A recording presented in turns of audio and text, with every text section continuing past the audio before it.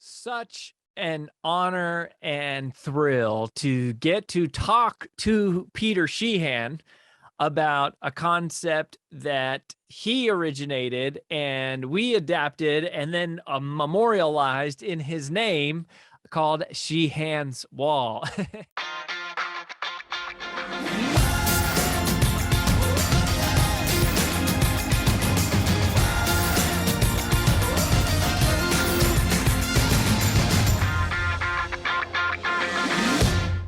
Peter is just a genius, and he's been someone who's been an important mentor for me, and just what a great moment to get to sit down with him and just have this conversation. Of course, I'm breaking down the recap of that interview here and talking about Sheehan's Wall. Now, if you haven't listened to the interview yet, again, or if you haven't heard us talk about this, this is one of the very first frameworks that we introduce to people. Just even as we're talking about personal branding, like before we even talk about Brand Builders Group, which is there's this simple idea that there's two groups of people in the world, like in any industry, in any vertical. There are the unknown, and then there are the known, and there's this huge invisible wall between the two where those who are relatively unknown are trying to break through and become known. And what most of us do is we throw a lot of stuff at the wall, and we look at the people who are on the other side of the wall and all the stuff they're doing and go, oh, I want to do all of those things, right? And a lot of those people, like I think of The Rock because he's a rapper and he is an actor and he, obviously like now he has a tequila line and he is doing all of these different things. And you go, gosh, I want to do all these things. But the problem is when you do too many things at once, you bounce off the wall. When you have diluted focus, you get diluted results. If you have diluted focus, you get diluted results. It's that simple. And most early personal brands try to emulate these very experienced, well-known, popular personal brands and don't realize that these people have large teams and large budgets and in some cases, millions and millions of dollars in terms of sponsorships and these huge platforms behind them. And you can't break through the wall by trying to be all things to all people.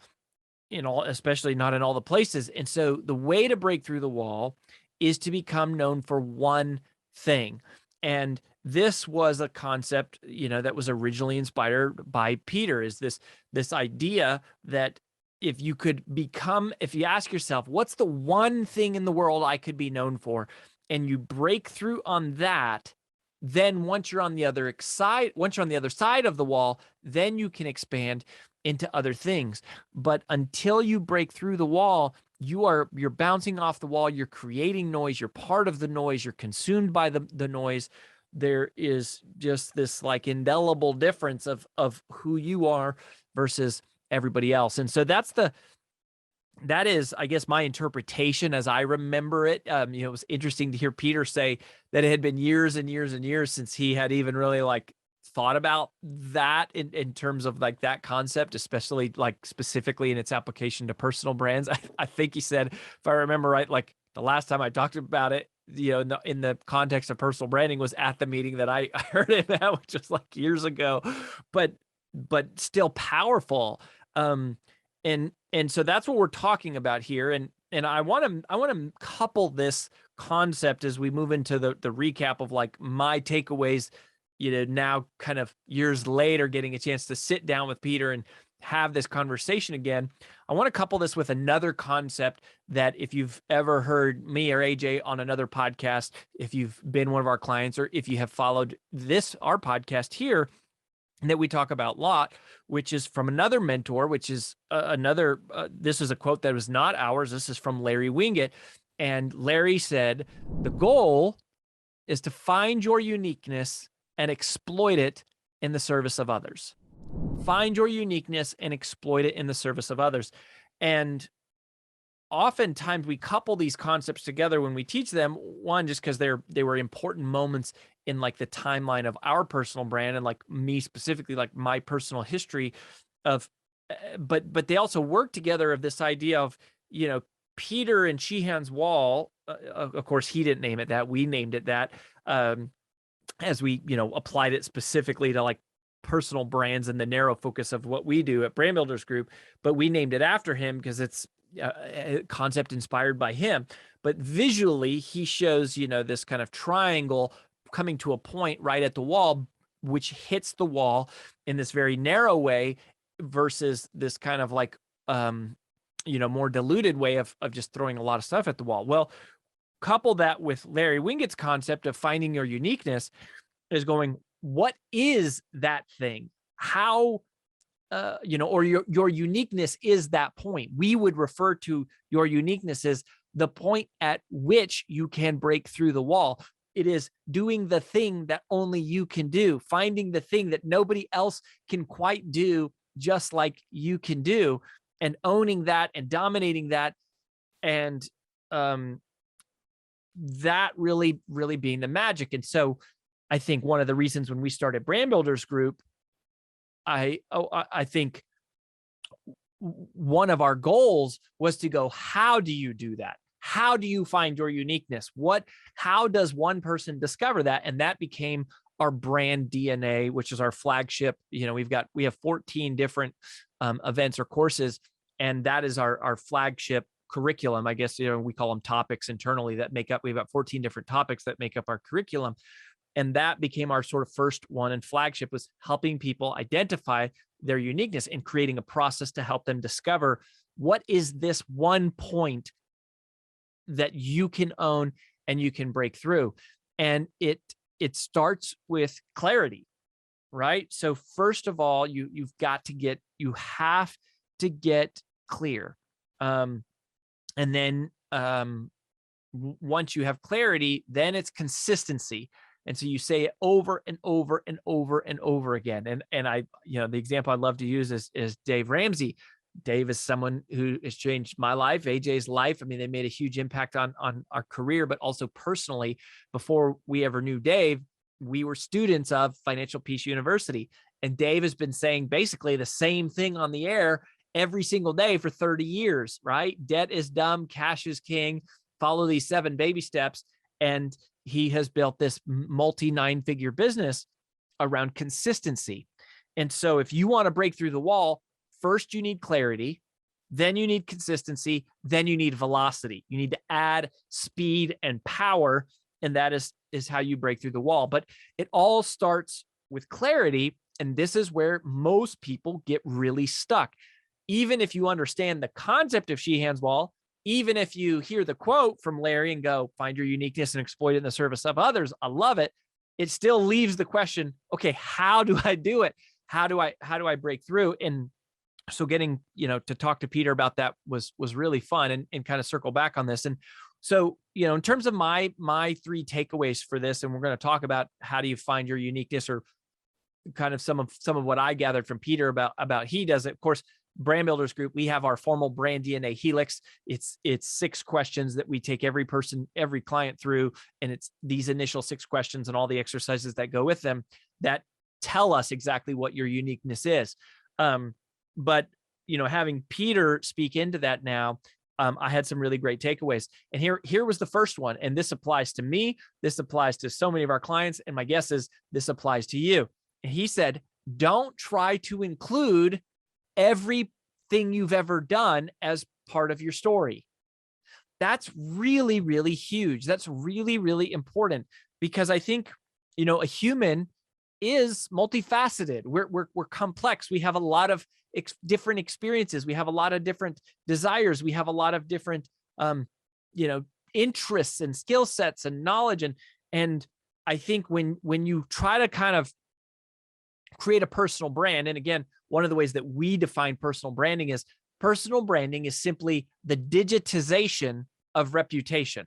The digitization of reputation. And so when you go through this exercise of saying, I want to codify my personal brand in a digital form and sort of package it up into this commodity that people can see and sort of get their hands around and understand, the natural tendency is going, okay, I need to tell my entire life story. I need to sort of share every part of me. And I think I hesitate to call it a mistake because I don't think it's a mistake to share who you are by any means. But I think from a strategic perspective, the more like it's almost like the more you share, the harder it is to understand what your one thing is, right? Like if I only share with you one thing about who I am, you only have the one choice, which is to think of me in that one way. That's all that I've made available to you. But as I feel this need to like tell you everything about me and everything I've ever done and everything I've ever known and everything I like and everything I, do, then all of a sudden it creates this confusion or just this obscurity in terms of like, okay, well, what's the one thing you can do for me? Like, what's the what are you really an expert on? And if you study like memory training and, memory experts, a lot of times they talk about how the human brain is like a mental filing cabinet. Well, when we talk about exploiting your uniqueness in the service of others or breaking through the wall, it's about occupying one piece of another person's mind so that when they have that need, they recall you. They immediately think of you. Or when their friend has that need, they say, oh, you need to talk to my friend Rory. Another great quote from another mentor here is Scott McCain once said, mind share precedes market share. Mind share precedes market share, meaning you have to work in your marketing efforts and in your branding and in your positioning to occupy a space in people's minds. And the more different spaces you try to occupy, the less effectively you occupy any one space. As we say it, if you have diluted focus, you get diluted results. But the clearer you are, the more narrow you are, the more likely you are to recall that space. What's an example of this, right? It's like, if I need a plumber, who do you call? If I need a lawyer, who do you call? If I need basketball lessons, who do you call? If I want to go, on a camping trip, who do I call? If I have a question about whatever, the Bible or nutrition or what, like, these are all things that happen in the human experience. And it's like, who's the name that I recall in that category, right? And if you're trying to be a speaker, which was obviously how I built my career, is like, when there's a room full of people sitting around going, we should have a speaker at our event. Have any of you seen a good speaker? I need them to go, oh, Rory Vaden, right? Like, that is it. Or, these days it's more of like, when there's a group of speakers sitting around talking amongst each other going, how do I get to the next level? We go, ooh, brand builders group or AJ or Rory or whatever, authors or, professional services or whatever. But anyone going, how do I build my personal brand? Ooh, brand builders group. We're working very deliberately to occupy that space. And I think Peter's permission, and I never really heard anyone say it so clearly, and that's why it struck me, is going, look, you have permission not to share everything about you. And it's not only permission, I would say from a strategic perspective, it's an encouragement not to share everything about you, because the more you share, the harder it is to kind of wrap it in the way that you need to wrap it for the edible consumption of other people, for them to quickly understand it. Now, as people get to know you, of course, they see more and more. And that's why I think it's also interesting with social media, like how this shows up tactically. People always say, well, what about your content strategy? One of the things that I've always done, and not everybody does this, and I'm certainly not the person with the most followers on social, but one of the things that's always worked well for me is, like on Instagram, for example, the way I do it is that my feed is what you do. And this is my encouragement. Your feed is what you do. Your stories are who you are. And I mean the feed function, like when someone hits your profile, it's like basically business as usual. I'm teaching, I'm in coaching, I'm giving you a chance to sample my expertise. If you want to know who I am as a person, then you go look in the stories and you have to click in that functionality, which is sort of a more intimate, deeper, portion of the platform and of my profile. And that's where you see pictures of my kids, etc. But if you're a stranger visiting my profile for the first time and all you see is pictures of my kids, even though they're really cute, you probably don't care because you don't know them and they're not important to you and they don't add any value to your life. Whereas if you see the professional things that I offer, you can extract value from that and you go, yeah, I'll follow this person. Now, before you ever buy, you might go, who is this guy? Like, do I even like this? I think I like this guy. And then you start clicking on stories and you figure out and you go, oh yeah, I really like who he is, or maybe you don't. But on the surface, right, I'm occupying a slot in the world's mind, and I'm working very hard to do that. And for years, it was take the stairs. It was, we wanted Rory's name to be synonymous with the metaphor of take the stairs, and that was part of how we broke through the wall, was the success of the Take the Stairs book, and that being really like my first keynote and first brand, and et cetera, et cetera. So, anyways, all of that I say to say, you don't have to include every single part of your bio in your life into your personal branding.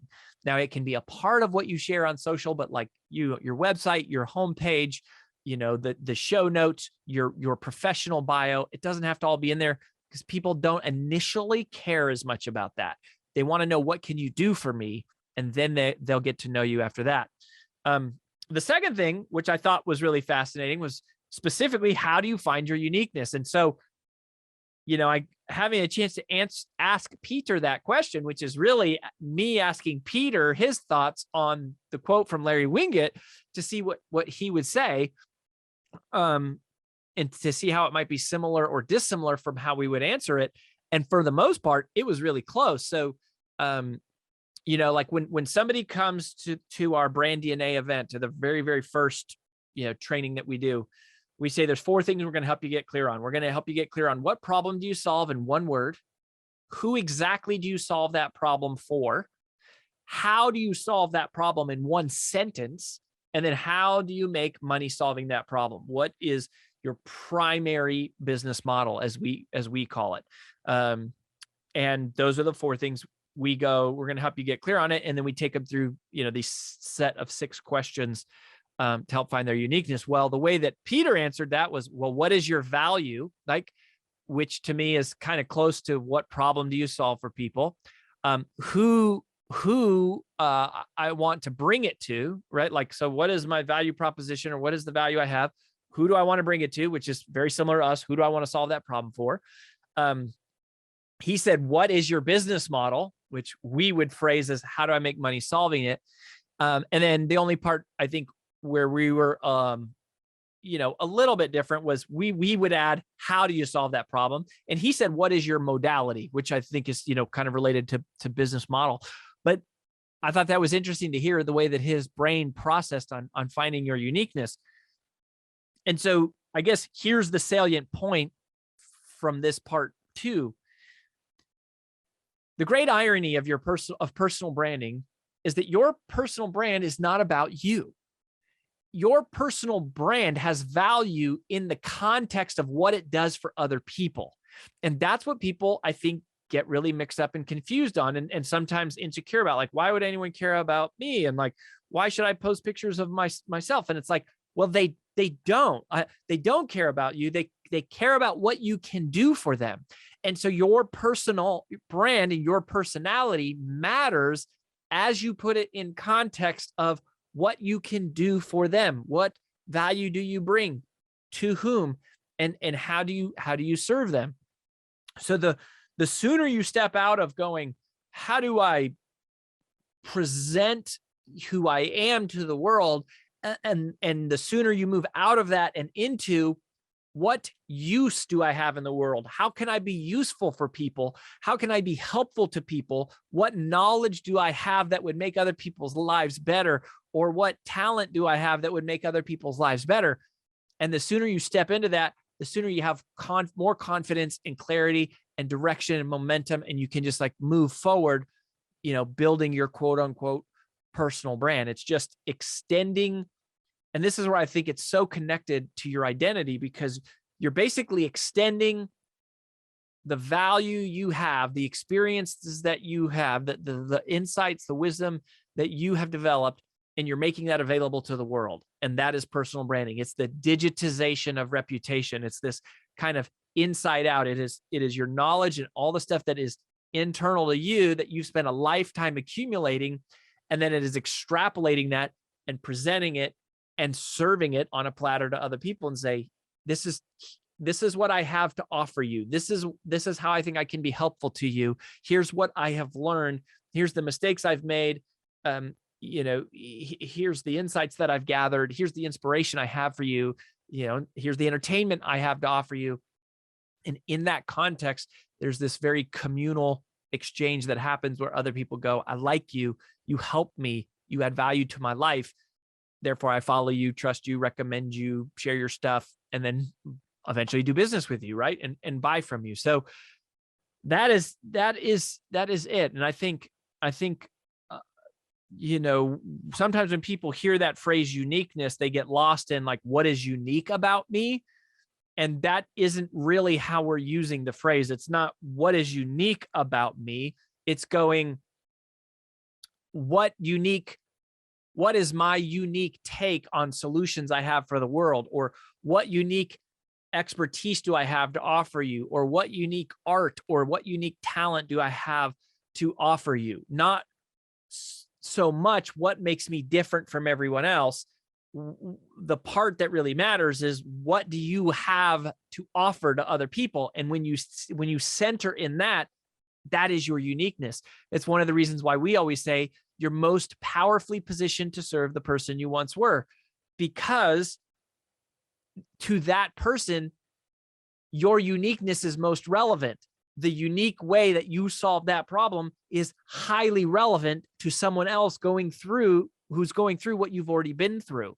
And when you focus on that, you're not trying to manufacture something that isn't there. You're literally translating the value of your human experience and existence in the benefit of another person. And that's tremendously unique.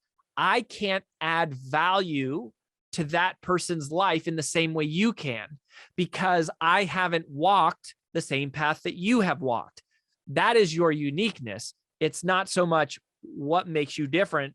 Oh, you've got a different slogan or a different like headline, or you do a different style of videos, or you look a different way. It's that you've lived a different life. And so the more that you can highlight and add value to other people's lives kind of through the lens of your own, that is your uniqueness. But it's in the context of serving other people. That's where all the magic is. So anyways, just a rich conversation. And then the last thing for sure, I mean, this was a quote directly from Peter from the interview. And this might be the new quote from Peter Sheehan that really sticks with me, is he said, the clearer you are, the easier decision-making gets. That is so true in every area of your life. Like, the clearer you are about what your values are, the easier it is to select who you hang out with and who you hire and who you who you vote for and where you go to eat and where you spend your time. Like, because you're clear on the values that you have. The clearer you are about your goals and your vision and your dreams, like as soon as you're clear on what you want and you capture it and you codify it and you think about it and you go, this is who I want to be, this is what I'm doing, the easier your decision making gets, right? Like, you go, I want to build a personal brand. Great. Brand Builders Group is the place to be. But you go, I want to run a marathon. Brand Builders Group is not the place to be, right? Like, we can't help you with that. That's not our uniqueness. So as you get clearer, your decision-making gets easier. And then I think the nuance that I would add to what Peter said is, the clearer you are, the faster you go, right? Because as part of decision-making gets easier, it's like, it's faster to make the decision. It's also faster to take the action and go, yes, I should work with this person, not this person. I should be reading this book, not that book. I should spend my resources, building this, not that. I should spend my time doing this, not that. Like, and it all goes faster. Where people get stuck is there is dilution. They are unclear, right? The biggest issue is they're unclear on their uniqueness. They're unclear on what they want. They're unclear on how to build their brand, or unclear that they even want to build a brand, or they're unclear on who they're serving, and so it's like, get clear. You have to get clear. You have to do that work of getting clear, which will ironically feel oftentimes slow and painful. But in reality, that is the fastest, next step, is getting clear. And so I love that is he said that, the clearer you are, the easier decision-making gets. And if you go look at all the testimonials on, most of our testimonials that we showcase on brandbuildersgroup.com on our website and stuff are from people who came through our very first event, because we show all the testimonials from our later events to people after they come through the first one and they kind of see the whole journey. But you'll see the number one thing that people say after that first event is, I got clear. I got so much clarity. Because once you're clear, then the easier decision-making gets and the faster that you go. So do whatever it takes, take the time to get clear, and you will move much faster. Put your uniqueness in the context of other people and keep coming back. Go listen to the episode with Peter if you haven't. Hey, if you wouldn't mind, give Peter some love, like on social, share this interview with someone who needs to see it. And, Peter has made such an impact on our company and our team and my personal career and our clients. And so, just let him know that you appreciate the work that he's done, and keep coming back as always.